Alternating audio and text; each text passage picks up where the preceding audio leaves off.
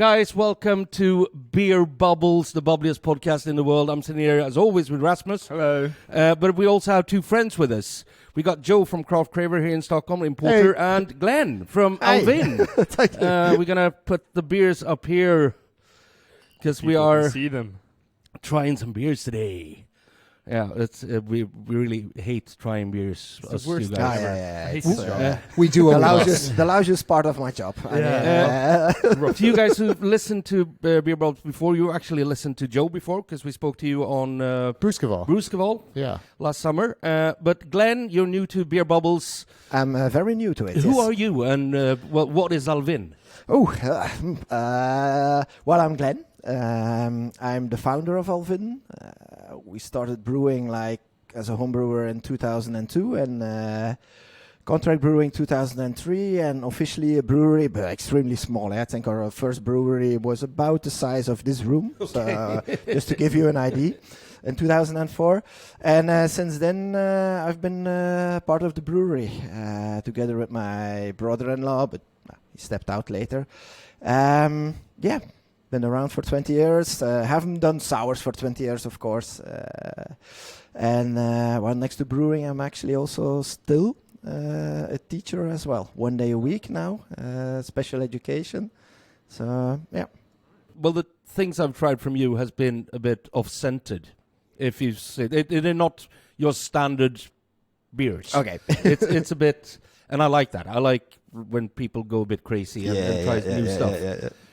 But should we start with a beer and Let's start the with the bits? bits. Yeah. Yeah. So if Rasmus is in charge of opening beers and pouring beers and drinking beers and getting drunk, you're only working till 4 today, so It's almost 4 anyway. yeah. Oh, thank you. So tell us about Morpheus. Morpheus. I think that's basically the identity of the brewery. So Morpheus is our house mixed yeast culture. So it has 2 different strains of Saccharomyces and Lactobacillus. And we always keep the culture as a matrix like together. It's not like we have the Saccharomyces separate from the lactose. No, we always keep them together. And basically with every sour or even non-sour, because we can do some non-sours with Morpheus as well. The only thing we need to do for sure is just add enough hops. Yeah. Because it's just not hop tolerant. And then if we play a bit with the hops, like with the wet beer, we put a little bit of hops in, but not too much. So you'll see there's a bit of acidity to it, but not too extreme.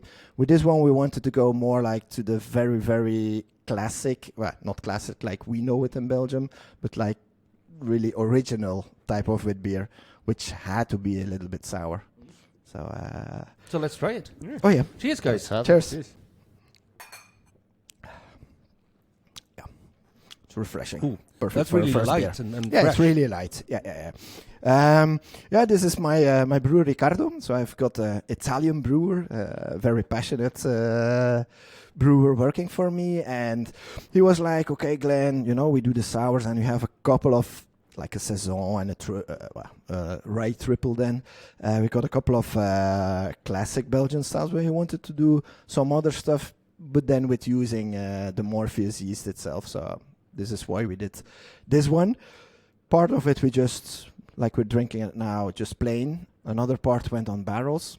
I have an amazing Moscatel barrel-aged beer that puts this beer, not 1, not 2, but like 3-4 levels up.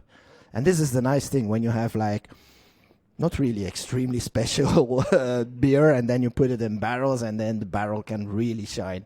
Because you can do 2 things. You can do like a very bombastic beer, put it in a barrel, and the barrel will add something. But Or even mellow it down from time or mellow it down from time to time. But when you do something really simple and put it in a barrel, and then you're able to like really make you it let shine. the then cask shine properly. yeah, then I'm proud. Then that's those moments that you think like probably will not work, but let's try it. You never know. No, you never know. That's the thing with barrels. It's a wild guess in a way. Well, always a little bit an educated guess, Yeah, but it might turn out to be something you don't want to drink. You never know. Oh yeah, and from time to time that happens. We do throw away barrels. It's a sad thing, but the worst thing but the worst thing you can do is actually you can send it to Joe. Sell it like that. That's really bad. Or try to blend it away, because in the end you will make good beers less good. Best way to do is just to throw it away. And Joe, you work with Joe now in Sweden. Yeah. Craft Craver, the importer. Tell us again a bit about what Craft Craver is. Yeah, so I started Craft Craver in 2018 with the idea I wanted to just get some cool, interesting beers from different countries. And actually, it took a while to get Belgian breweries because people were often on top of them right away. And I met Glenn through a friend, Diogo, who was working at a Portuguese brewery. And during the pandemic, he had to leave that brewery. And we took him in. Yeah. kind of like a refugee. Yeah. He actually slept for 6 months or 7 months in the brewery. So, talk about living and working at one spot. That was not the plan, from what I understand.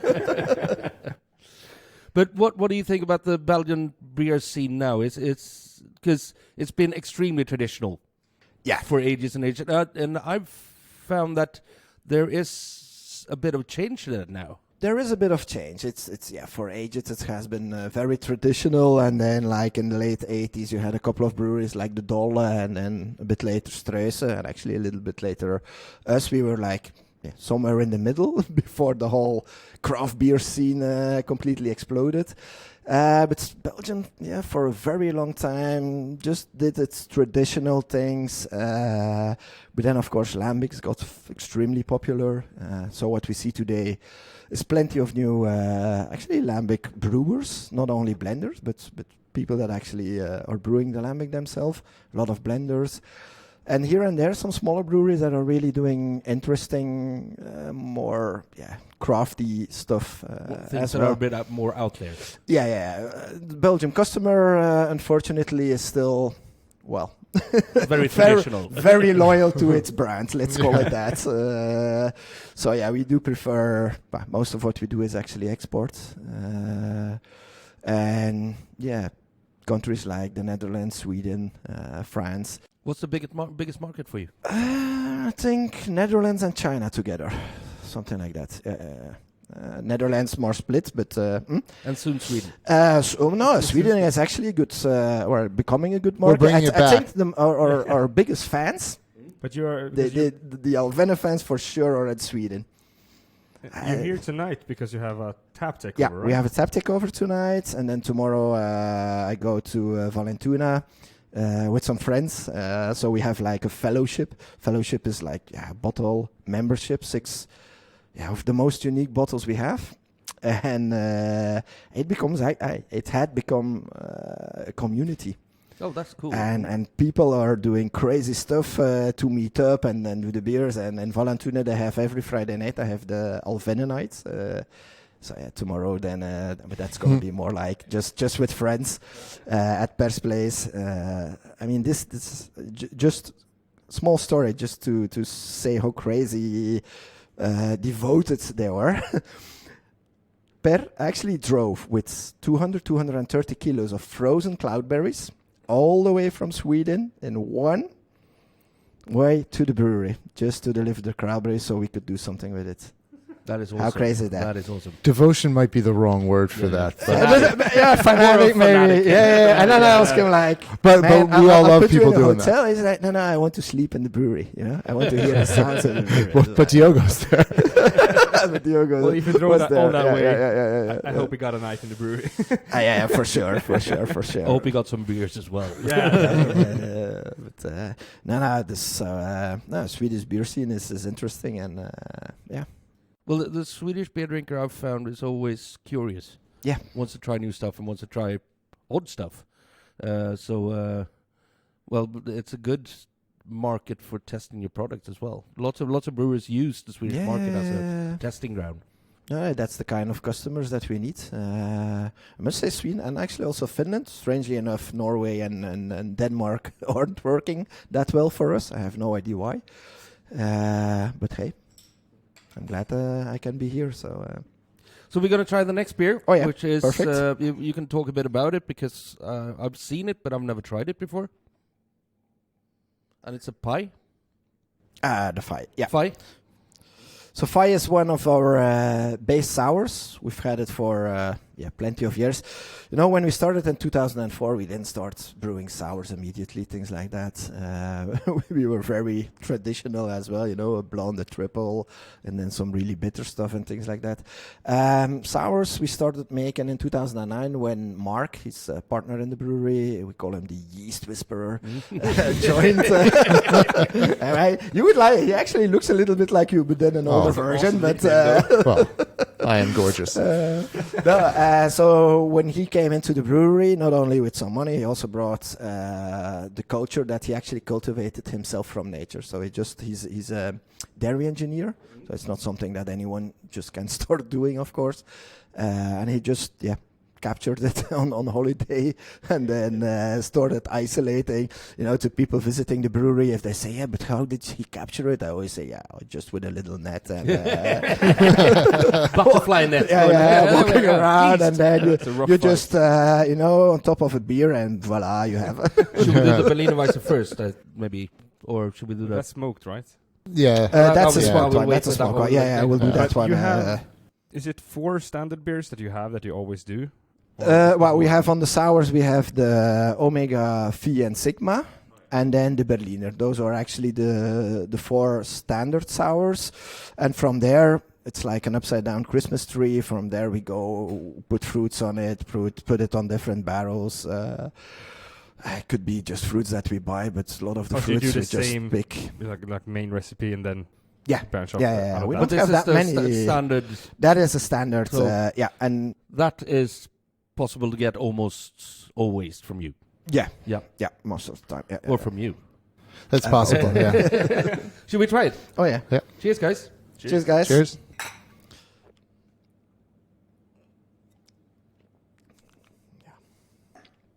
This one is, this is my favorite of our sours because it's so perfect to do barrel aging, to do fruit projects with it. It's an 8 ABV. Still have some residual sugars, but not too much. When we brew it freshly, it's like peach juice. It's really very fruity. It loses a bit of its fruitiness in the base beer when it ages, when we bottle it, and then it It's a ages very in bottles. nice mouthfeel. But to it's it. really a nice mouthfeel. Yeah. It's soft in the mouth. It's how mixed fermentation It's like sour bi- should taste. It's like biting into a really juicy red apple. yeah. And fresh, it's a juicy peach. Really, it's amazing. And then we put it on barrels on foeders. So and then it's called Cuvée Sophie. you The Cuvée base- Sophie, because we have a keg of that here now. I think we have a few. The Yeah. Sophie and the Freddy. Okay. Sophie Yeah, and Freddy, yeah. But you only use fresh fruits, is that right? Well, frozen or fresh, frozen or but fresh, never syrups, never purees, things like that. So always the whole fruit. We like to say that we do the slow beer because it takes a little bit longer. Sometimes, I have to be honest, it's sometimes frustrating to see all this like fruity beers popping up, fruity Berliners, where and it's Just a brick of concentrate. Yeah. Kettle sour, puree in it, and that's not how I like it. So in our brewery, you will see a lot of IBC containers, a lot of fruit and tanks. Not always the most fun job to get it out, and so. I had Diogo and You got people for that, yeah. and that, or some interns or whatever. So fresh fruit or whole fruits for the base beers, of course. Like of the Phi, we have the Phi rhubarb. That's our base sour on the Phi. Okay, we buy the rhubarb frozen, of course. But for a lot of other stuff, we just either pick it in nature, slowberries, dandelions, whatever, elderflower, quince. A lot of people just have trees with quince. Don't know what to do with it. Well, you can make some jam out of it, but not with the whole tree. I So then they- actually sent a couple of kilos of quince up to Åre that I picked this summer. That I've frozen I here. love Just boil this. them down and Yeah. froze them. Yeah, I love the smell of it. Has such a nice smell, so I really love to use it in beer. It's a bit hard to use it in beer because literally hard. Yeah. So what I indeed do is I cut them in small pieces first. Okay, they will oxidize quite quickly. They will become a bit brown, but that's not really, it doesn't affect the taste. I put it in the freezer, and then take it once it's frozen, take it out again before, and then let it thaw, and then I put the beer on. The reason why I do this is actually to break the cells. Cell membranes. Because to get the flavor out. Yeah, it just goes quicker. You just save yourself 2-3 months of maceration, and if you can save 2-3 months, okay, and still do it the right way. You do beer with slows. Yeah. That must be hard because there's almost no fruit on slows. It's just a big kernel. But there's a lot of, again, you need to freeze them first. Okay, yeah. Never use slows that are unfrozen because, first of all, the peel, I don't know if you ever try to eat one, but it's, if you want to tell people what astringency is like, just give them a slow. they will never forget for their life. There's so many tannins in that peel that it's even birds won't eat it. That's why they eat it after it freezes. Of course, here in Sweden it freezes a little bit quicker than in Belgium. So in Belgium, what we actually need to do is just pick them before and then put them in the freezer, and then we take them out. But they give like a plum-like taste, but quite sweet and surprisingly, well, you need a good beer. And this Vie, is a perfect beer to use on the slows. And you need a lot of time and dedication to pick them. Because of course. In my now I just don't have enough time because usually I start at end of August, September, and up till mid October to pick them. So in top years I picked on my own 150 kilos. It takes you at least an hour to pick 3 to 4 kilos. So that's a lot of hours. But hey, man, there's people going to doing yoga or going to. For me, that's my zen moment. You pick berries. You're alone in nature. What could be better? That's nice. How big a batches do you do? Batches are 20 hectos. Okay. Yeah, and so we 2,000 liters. Yeah, every brewer uses hectoliters, and no one else does. So it's like. Brewers are talking hectoliters. Well, at least we use a metric system. It's not like in the US. No, it's 15 barrels. What the fuck? What is a barrel? What kind of barrel are you speaking about? Oh, how many batches is that? That's 10 barrels. So that's like 600 liters a barrel. 200 liters a barrel. Okay. So it's quite easy to count, though. One barrel is 200 liters. Maybe your barrel is 200 liters. 196 liters. Yeah. Mine are bigger. Oh, yeah. No, it's 120 to a barrel.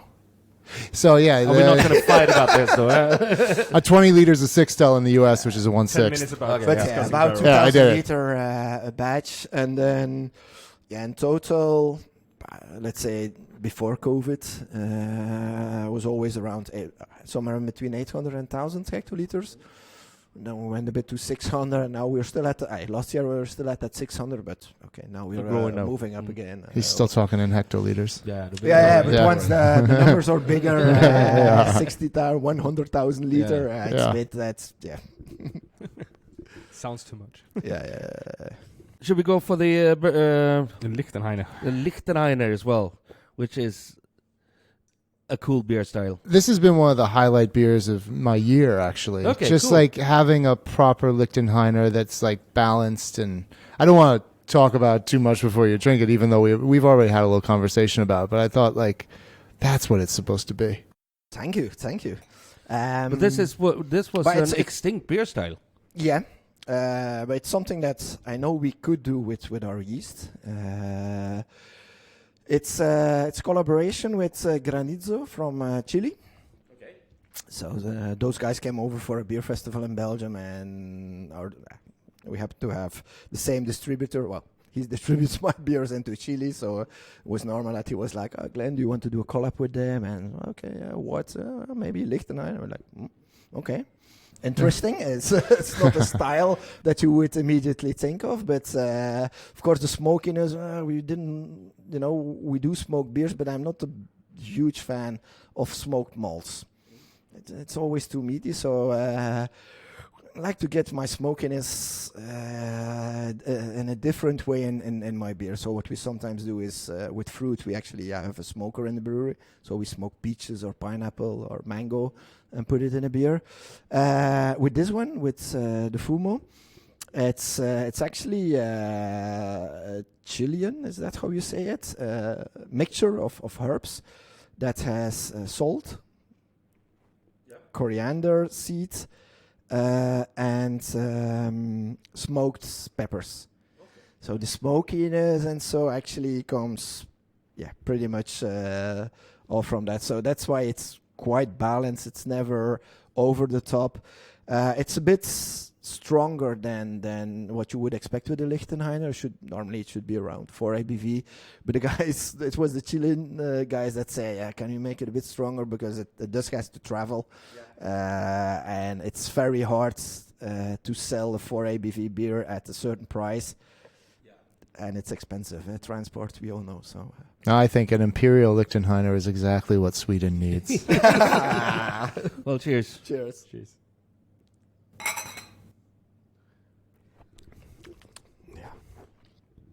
Turned out really amazing. That's gorgeous. Mm. I'm just It's really, smiling. it's And the smokiness really comes afterwards. It's like it's not in your nose. It's not. Well, you smell it, of course, but it's not like bomb there, like you sometimes have. And it's that. And not what's that meaty smokiness that you talked about, more the smokiness without the meat. Yeah, you're not drinking a ham. No, no, and that's the problem sometimes with those smoked beers. I mean, I wouldn't say no to Schenkel, but I mean, like No. you went down to Germany for your It's a ham different style. town. It's more drinkable in a way, and Definitely. this is that's what it's supposed to be. Yeah, well, I was in Bamberg for my 10th anniversary, and I ran into Håge and Berit from Närke when I was sitting at Schlenkela. And then in works also the owner of Garnsteller, Andreas. Andreas. And- they're friends, eh? And also the owner of Hair the Dog in Oregon. Oh, yeah. And they did a collab the day after, and they asked me if I Yeah. wanted to come in and like be there with them. But it was my anniversary, so I had to opt out. Sorry, but that was kind of cool. You're sitting there all alone in the Schlenkela tap room because my wife had gone to bed already, and in walks Håge and Berit, and I'm like, of course I'm gonna meet them there. And then Andreas, and then the owner of Hair the Dog, and it's like, we're doing a collab. You want to come? No, and all very, all extremely nice people as well, by the way. So, really, really warm and nice people. And Håge was really miffed because I knew the guy who worked the back hatch of the bar. Yeah. So I didn't have to put any deposit on my glass. And he, who'd been there for like 50 times, still had to put a deposit down for his glass. Yeah. Actually, all of them, I think all of them went to my beer festival once. Cool. Yeah. We used to have like Alvinne craft beer festival, but then I stopped when everyone else was doing it, and bigger and more, and I was like, nah. When something's, and it's not my core business, and it gets a bit too much, then I like it when, you can start something, move something, and then let it go and let others. I think I was one of the first actually in Belgium to sell foreign beers. Some Swedish beers back then. I think Oppegars and Ninaskams and things like that. 2010, 11. Yeah, and they're still around. So And they're still around, Yeah.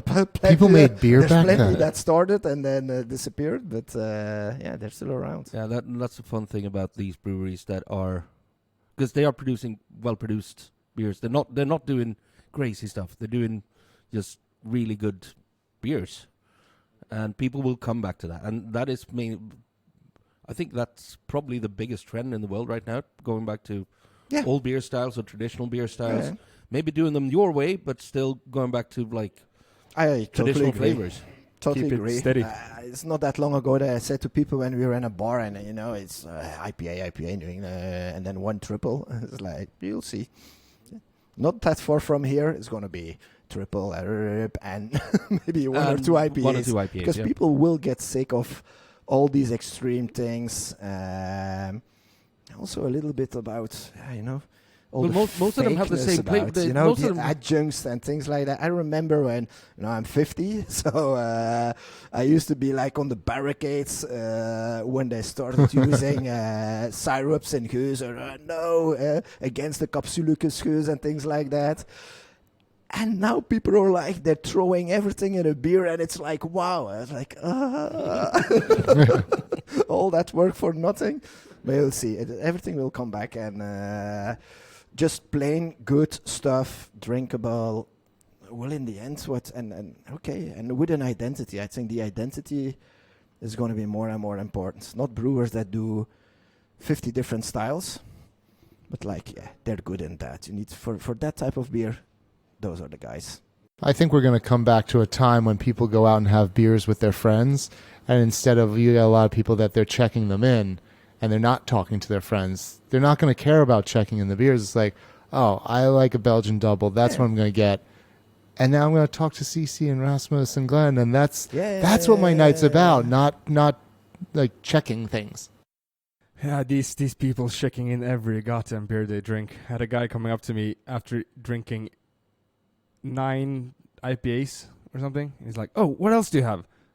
Seriously, you had 9 different IPAs in one night. Like, that's enough. Like, did you like one more than another? Yeah, have that again. He's like, "No, I need to check one in." Yeah. Like, no, you don't need to do that. It's collecting. It's based on a primal instinct of every human. You want to collect. It's the Pokemon generation. Yeah, it's really but it's like that. But it's also true that the haze craze is going down. We talked about this in the elevator on the way down, and I think it's because loads of these beers have the same flavor profile. Yeah. So there's not that much. Yeah, it's a different brand. It's still good. It's the same, but it's a bit the same.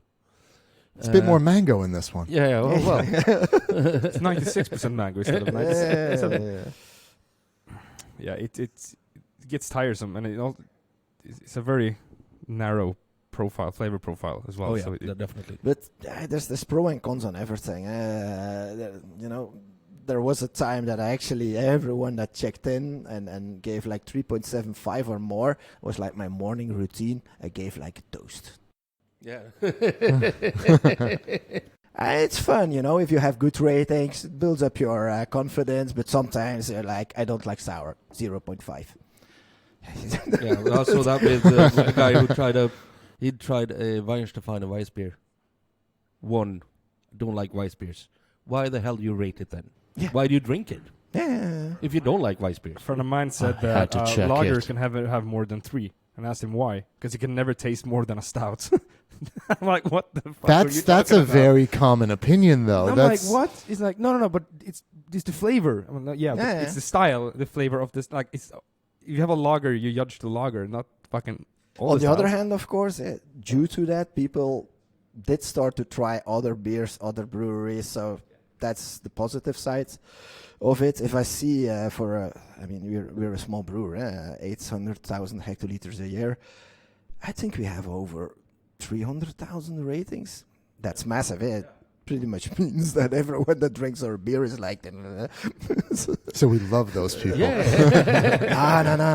I'm not saying that at all. But I am saying that it did help at some point. Yeah, of course. Now it's turned the other way, and that's what we were discussing in the elevator. It turns the other way, that people who are buying your beer are judging solely on Untapped ratings.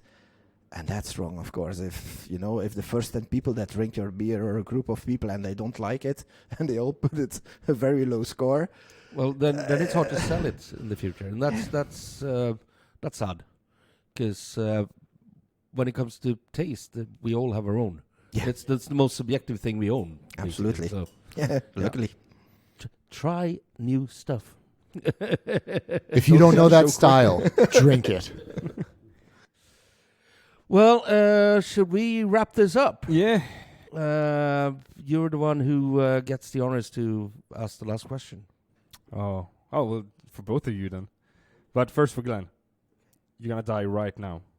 But you're gonna die right now. Okay. But you can have one more beer. Whatever beer you want in the world. Out of every beer, and I'm gonna die right now. Oh man, I think I will go very classic now, and probably not surprising at all. Probably a Norval. I mean, it's my. I have two beers that I always go to when I'm in a bar or whatever, and I'm not like I don't want all those. Then I go to a smaller triple or a Norval. So it probably would be one of the. Not even one of my own, to be honest, because I have that all my life. So, Joe. Oh, this is a tough question. It's weird because when you ask him, I start to think about it and then I blank. I'll go with Jever, just because I can drink a lot of it, so the glass can be really big and I can delay the death for as long as I need. Now you see that he had time to think about it. I'll take that in a barrel. Guys, thank you very much for participating in the Beer Bubbles podcast. Thank you for coming by. And have a great stay in Stockholm. That wouldn't be a trouble. So, I'm sure You'll be with him. Oh yeah, I'm sure it's going to be fun. So and say hi to Jens tonight from we'll us. sure do. Yeah. We'll sure do. Thanks for having us. Yeah, no worries. Cheers, guys. Cheers. Bye. And And okay. whatever you do, Drink better beer.